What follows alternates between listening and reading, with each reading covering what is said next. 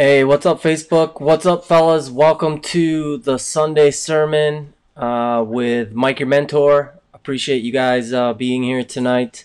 Hope you guys had a good weekend. So, if you're new to my page, quick backstory on me is I had a pretty dysfunctional childhood. Went through a lot of different trauma and just different things that I had to learn to deal with. A lot of tough situations, some more than most people go through in their entire life. And now that I'm 38 and more reflective on my life thus far, I was asking myself, why can somebody be born in a certain situation, or why can two people be born in somewhat the same situation, and one person makes something out of their lives and another person, go down a totally different path and not do anything with themselves. And God just started to speak to me, and He revealed two things to me.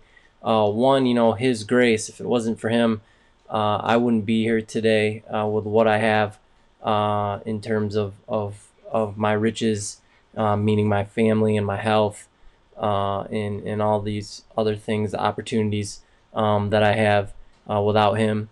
And two, the various mentors that I had in my life growing up that I didn't really realize or maybe appreciate as much now that I'm older, and I can look back, right? Hindsight's 2020, and see those type of things. Yeah, right, Clay. So those were mentors that I had in books. Uh, Growing up, with just being a voracious reader, I really liked biographies, and I just liked like self-help books, and just hearing stories of people who came out of hard situations, and they did something, they made a choice to do something about their situation in their lives, and they were able to better it. It gave me hope and inspiration. And then I had some key men in my life that came alongside of me and held me to a higher standard. They spoke things into me. They planted these seeds, right, of hope and encouragement inside of me. And I am who I am because of all these people over the years that have given to me in some way, and spoken life into me. And now I want to do the same thing for others. It's unfortunate in today's day and age where we're more connected because of social media. People, men especially, feel so disconnected, and that's because of a lot of different things that society teaches men, in terms of holding our feelings inside, and lying to ourselves and lying to others about how we feel, and what we think about things, right? You it's fair to say in society you got to be really careful about the things you say, because people, they can't take, or they can't stand, or they're not willing to have their feelings hurt in order to have a true discussion, and to be able to work through something or push something forward. I'm a firm believer that you should be able to talk about anything, and you should have the emotional intelligence to be able to see the conversation for what it is, which is just a conversation, and not to take things too serious, to hold it against somebody. So the format of the Sunday sermon is I just share my life and kind of what's been going on from my childhood. As we progress in the weeks, I've shared some pretty intimate and vulnerable things from my brother's suicide, from my marriage, from my relationship with my dad and him dying, and how that affected me, my relationship with my mom. And then last week I shared about my son, and just how he came into my life, and just the opportunity that gave to me to be a father to a young man, and the responsibilities that were associated with that. And then now tonight, as we jump into this, I'm going to share about my daughter here. And it's really cool the way that God works, right? Because you can't see forward, but you can definitely see what's happened in the it's as I've watched these pieces come together over the years, just the amazing things that God has done by bringing people into our lives. So this is the Sunday sermon, week 16, and I labeled this "Somebody Help Me." And this picture is kind of appropriate. It's me and my daughter, and she's got me in some sort of chokehold. She loves to wrestle, and she's a little bit mischievous. That look on her face gives it all away. But I really didn't know what I was getting into, right? Having a daughter, and just the type of the resources or the attributes as a man that I would need to be able to parent and father a daughter, especially given my past, in my outlook, or not outlook, but just relationships with girls or women in the past. It's interesting being on the other side of that, right? Like growing up, I was always taught to honor women and to respect them. But it's one thing when you're pursuing a woman, and it's a completely other thing when what's that noise? Sorry. You have a daughter of your own. I just remember my grandpa, and I remember some of the dads of the girlfriends that I had talking about their daughters and how they still saw them as little girls. And I couldn't ever understand that until, having my own, and just the way that you look at them with their innocence, and their purity, and everything that God puts in a little girl. So got a couple pictures here. This is a picture from the hospital when our daughter was born in 2010. It was crazy because when our daughter was going to be born, and we were going through the pregnancy, it got to a point where my wife had to be put on bed rest, and she wasn't supposed to be doing a lot of activity, which drove my wife crazy, because she loves to be active and be in the gym. But they said if the baby wasn't here by a certain date, they were going to have to induce my wife. And this was during a time where we're still in our marriage, and we're trying to make it work and figure out what that looks like, and keep our family together. We've got our son, and here we are. We're gonna have this little girl, and and it was kind of a surprise. I came home from work one day, and Jody was in the bathroom, and usually when somebody is gonna say, hey honey, I'm pregnant, they're overjoyed, and for Jody it was different, and she was sad, and not at the fact, I think, that we were gonna have a baby, but she was trying to finish up some schooling, and she had some plans, and having a little girl at that time seemed like those plans were going to be put aside or not be able to be fulfilled, and that was somewhat of a letdown for Jody, understandably, right? 'Cause she was working really hard at what she was doing at that time, and trying to achieve this goal that she had. And here we are, we're 9 months later, we're giving birth, or I'm saying not we, she is giving birth to this little girl, Michaela. And going back to the time that Michaela was supposed to be born, I was super busy at work, so I made a big mistake. Fellas, if you're listening to this and you have a pregnant wife, girlfriend, fiance, significant other, whatever term you're using, don't work the day or late into the night when your wife is going to be induced the next day. So I was working really hard. We ended up going to the hospital. What was that? I can't see you, really. My wife is bear crawling across the floor because she does not want to be on video. All right, back to the story. So so she was supposed to be induced the next day. We went to the hospital because she was starting to have a little bit of contractions, but anyways, she was gonna be induced the next day, and we got there, and the nurse was like, "Well, you're already, dilated, and don't slaughter me on the terminology here." But basically, she was ready to give birth within a couple of hours, and Michaela, our daughter, was actually born right before she was supposed to be induced. So I thought that was pretty interesting or coincidental when Michaela was born. And it was a life changing experience.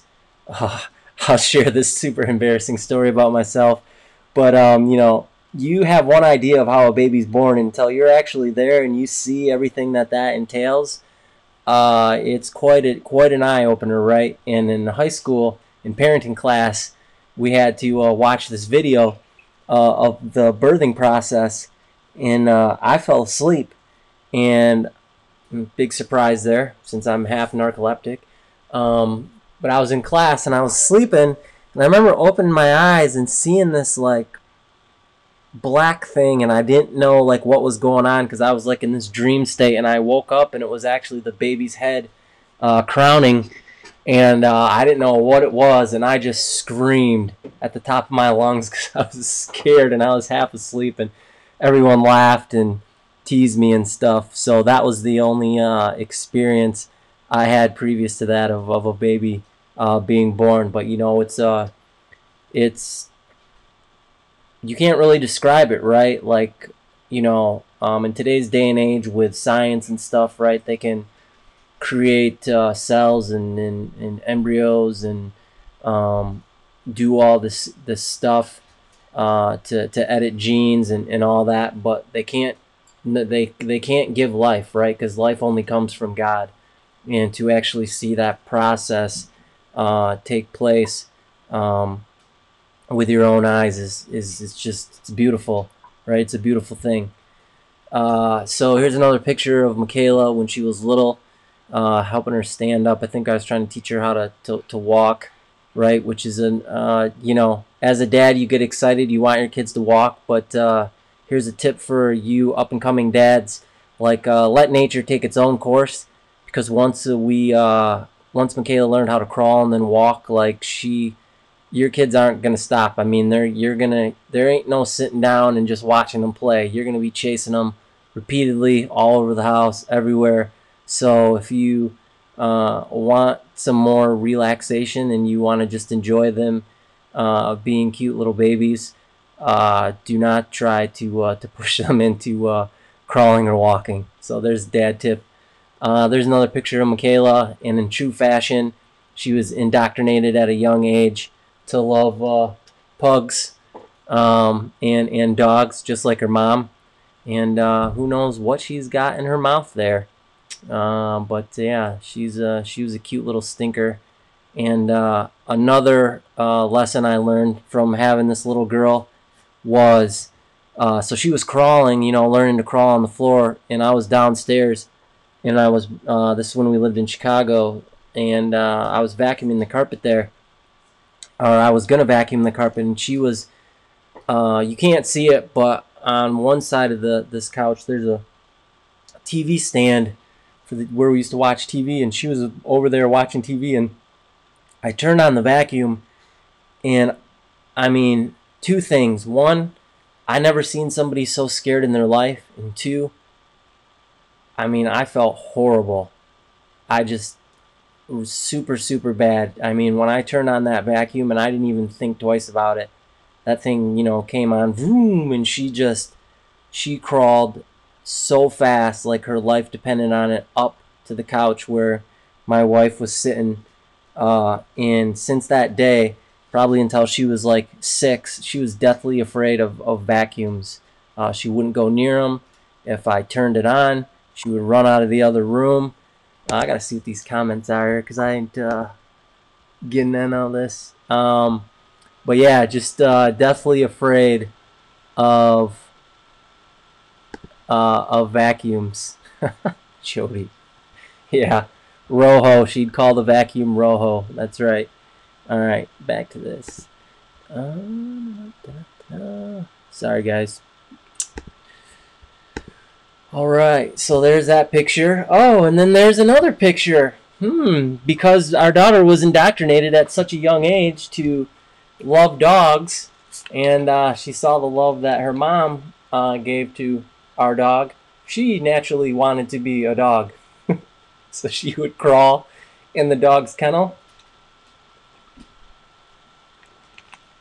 and she would shut the door, and she would lay in there and sometimes bark and pet or wanted to be pet, and she would beg like a little doggy.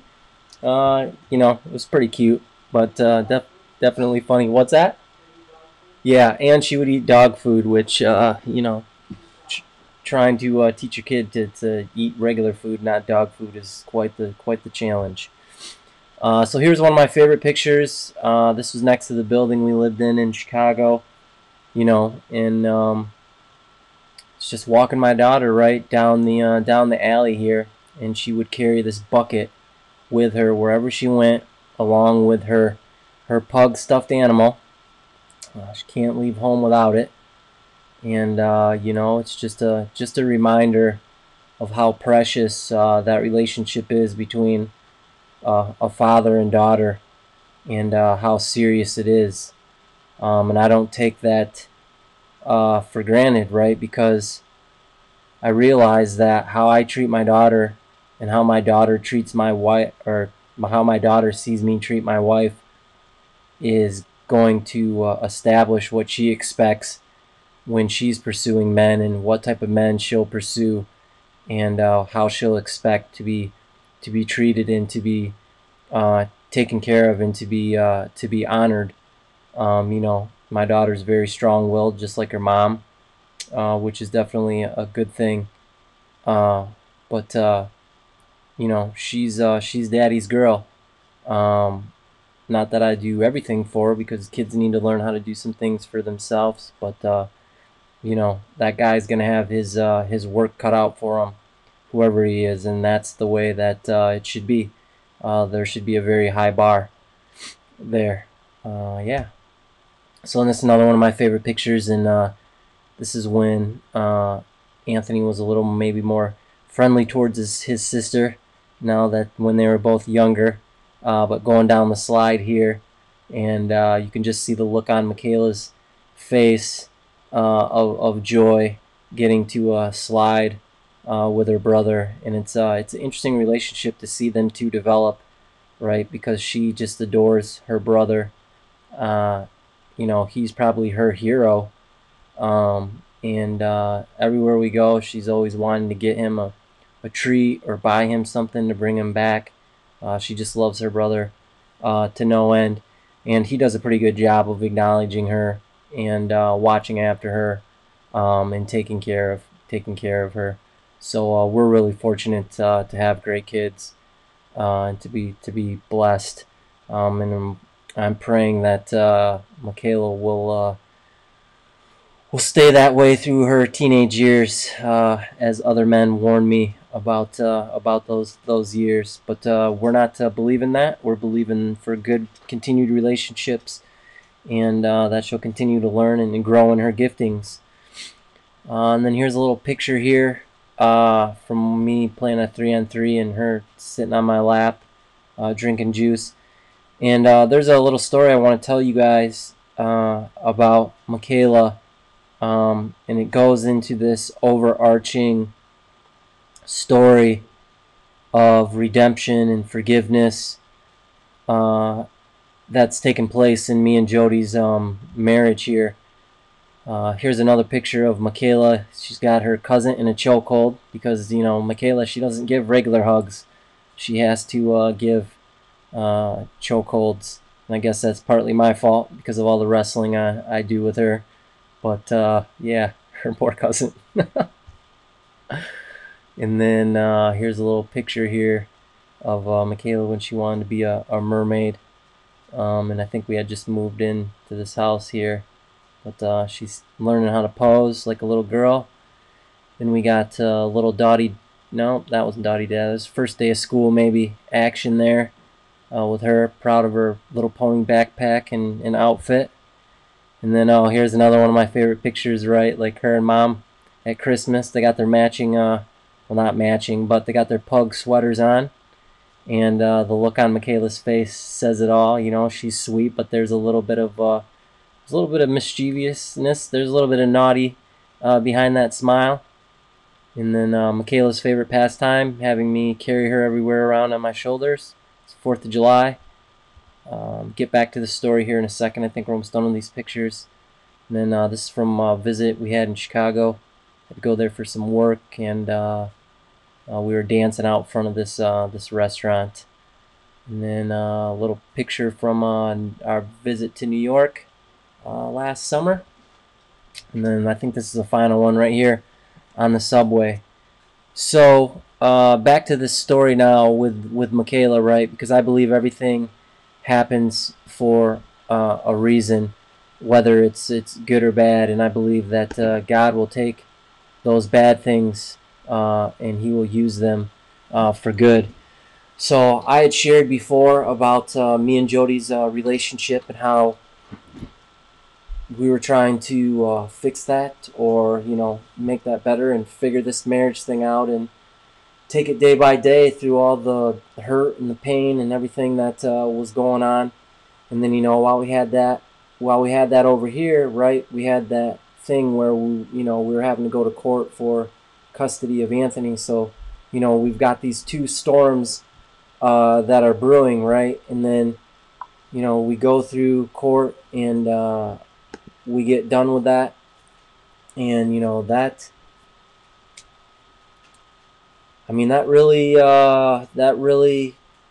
was a hurtful period, and that caused a lot of friction between Jody and her parents. And to be honest with you,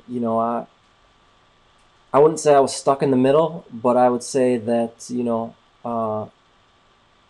how I had a choice, right? So I had a choice where we could just cut them off completely, or as much as possible, or I could try to do my best to help facilitate what God wanted to do, which was heal the relationship in some way or form. And part of the arrangement that we had is with the court is that we had to meet up at certain times and let Anthony go visit his grandparents, which we were all for. That was perfectly acceptable. We wanted Anthony to have a great relationship with his grandparents. He needed that. They needed that. We needed that.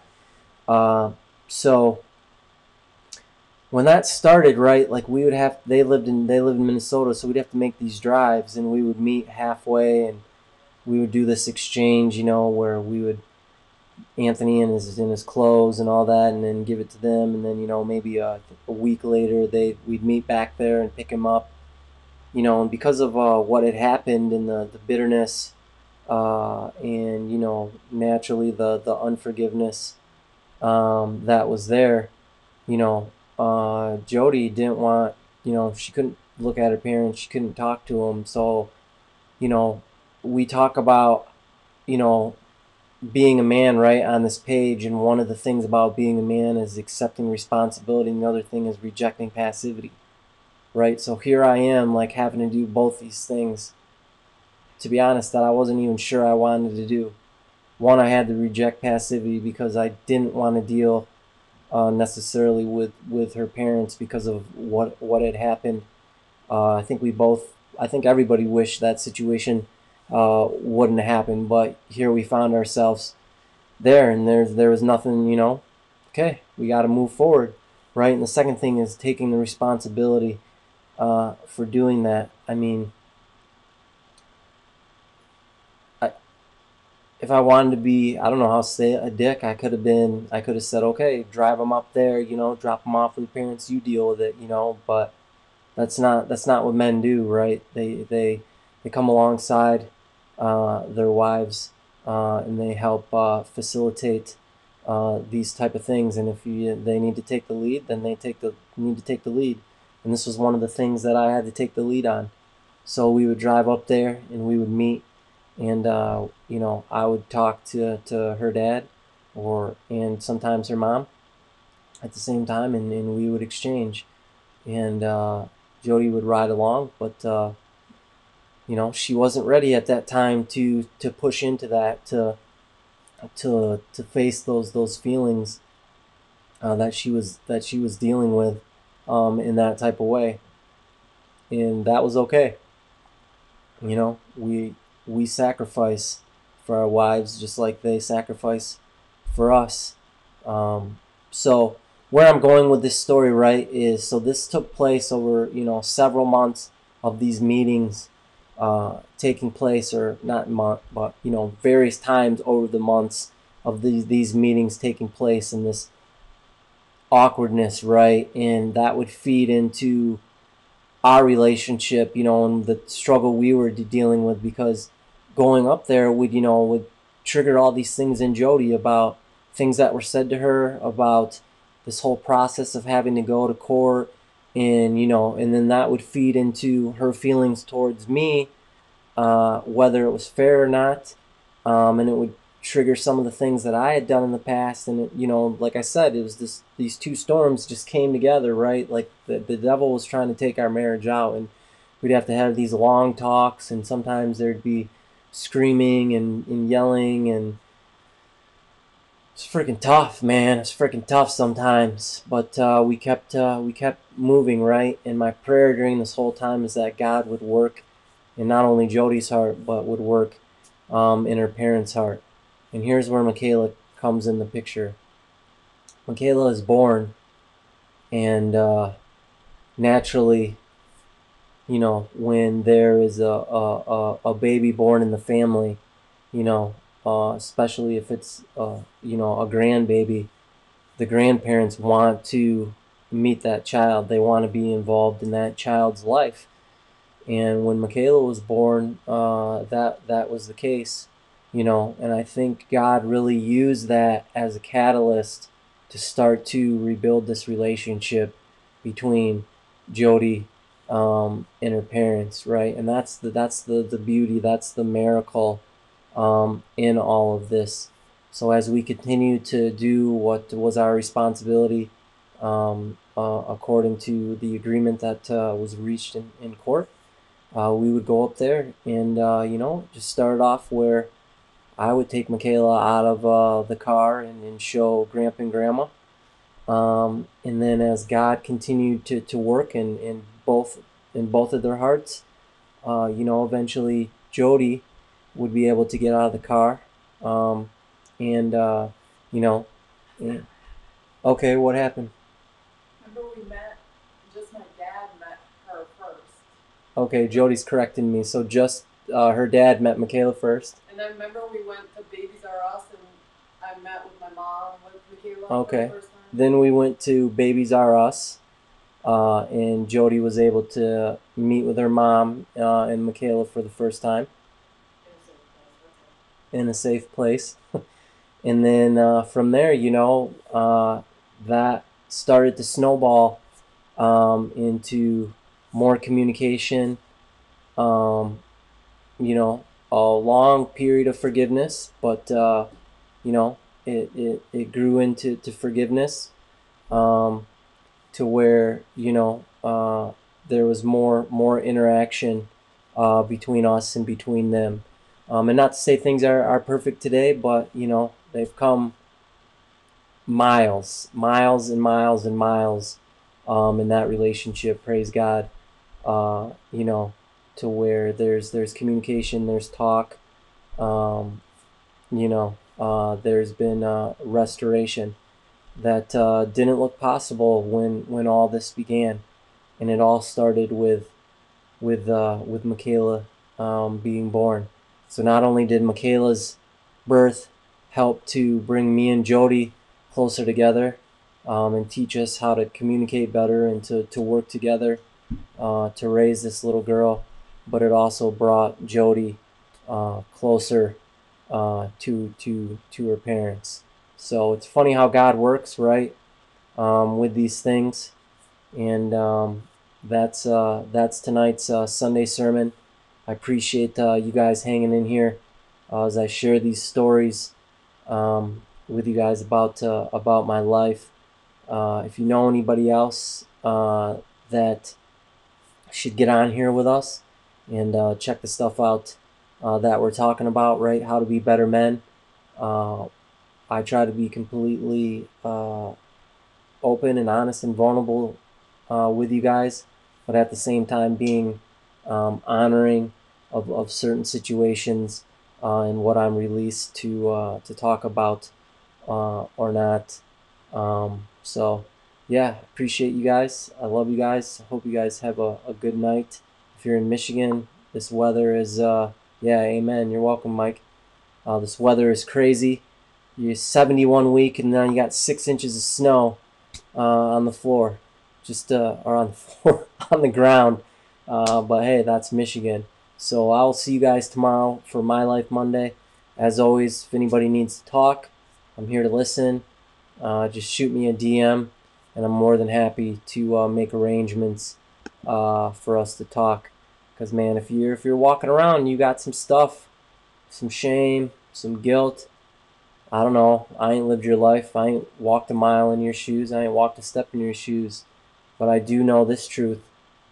Until you get that stuff out, until you share that with somebody that you can trust, right, in a safe environment, it's affecting every other area of your life. Your marriage, your other relationships with people in your life, your relationships with your kids, your relationship at work, right? All these areas, if you're a believer, your relationship with God, it's hindering all that.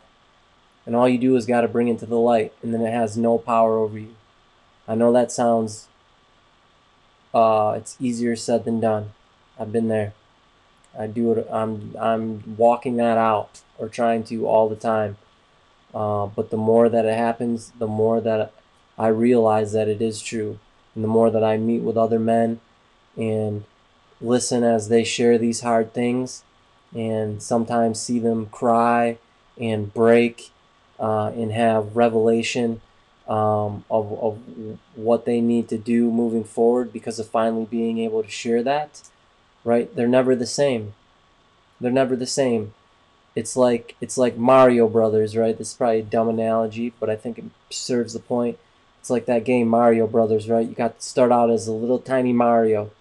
That's what you are, because the world just beat you down, right? The devil stacked all this stuff on your back, all this shame, all this resentment, all this guilt from all these things that you've been through in your life, whether they were your fault or not, right? So you're just compressed to this little Mario.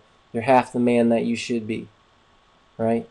And then when you let that stuff out, when you bring it to the light, it's like eating that mushroom. All of a sudden you get that power up, you double in size, and it's a whole new world. So I just want to encourage you guys in that. So we've gone long enough. I will see you guys tomorrow. Sleep good. Later.